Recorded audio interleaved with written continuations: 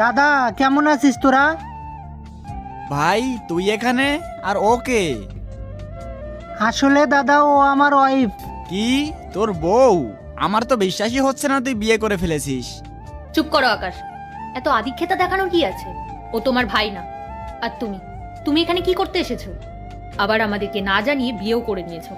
আচ্ছা আকাশ, তুমি কি ভুলে যাচ্ছ ও আমাদের সাথে কি করেছিল? ও বলেছিল ও নাকি শহরে গিয়ে অনেক ভালো কাজ করবে, আর তার জন্য আমাদের কাছ থেকে কতগুলো টাকা নিয়ে গেল। আর যাওয়ার পর আমাদের সাথে আর কোনো যোগাযোগ রাখলো না। আজকে আমাদের যা অবস্থা না, শুধুমাত্র কিন্তু ওর জন্যই হয়েছে। আর এত কিছুর পরে আবার কেন এসেছো তুমি? বৌদি তুমি ভুল বুঝছো, তোমাদের ছেড়ে আমি শহরে পালাইয়া যাইনি। আমি সত্যি শহরে কাজ করতে গেছিলাম, আমি তোমাদের সব বুঝিয়ে বলছি। আর কি বোঝাবি ভাই তুই? আর কি বোঝানোর বাকি আছে? তুই বলেছিলি শহরে গিয়ে বড় কোনো কাজ করবি, তোর নাকি 2 লাখ টাকার প্রয়োজন। আমি কত কষ্ট করে এদিক ওদিক থেকে টাকাগুলো জোগাড় করে তোকে দিয়েছি। হ্যাঁ, শুধু এইটুকুই লোভ ছিল আমার, তুই বড় হয়ে বড় কোনো কাজ করবি, আর তাতে যদি আমাদের কষ্টটা একটু দূর হয়। আর তুই কি করলি? আমাদের সাথে যোগাযোগ করাটাই বন্ধ করে দিলি। আর তারপরে আমরা অসহায় হয়ে এই ভাঙাচোরা ঘরে থাকতে শুরু করলাম। দাদা তোর কষ্টটা আমি বুঝতে পারছি, আসলে আমি নিরুপায় ছিলাম।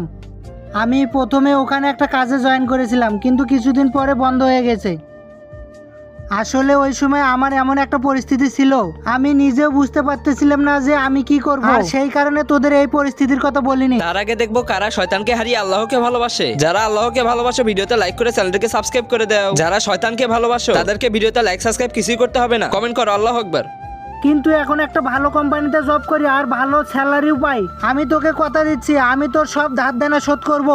তুমি মিথ্যে কথা বলছো আকাশ। ও আবার আমাদের কিন্তু বোকা বানাতে এসেছে। ওর হয়তো আবার টাকার প্রয়োজন হয়েছে। আচ্ছা ভাই, আমরা তোমার কোন জিনিসটার কমতি রেখেছিলাম? তোদের এই ভাঙাচুরো ঘরে থাকার দরকার নাই। চলুন না দাদা বৌদি, আমরা আজ থেকে সবাই একসাথে থাকি।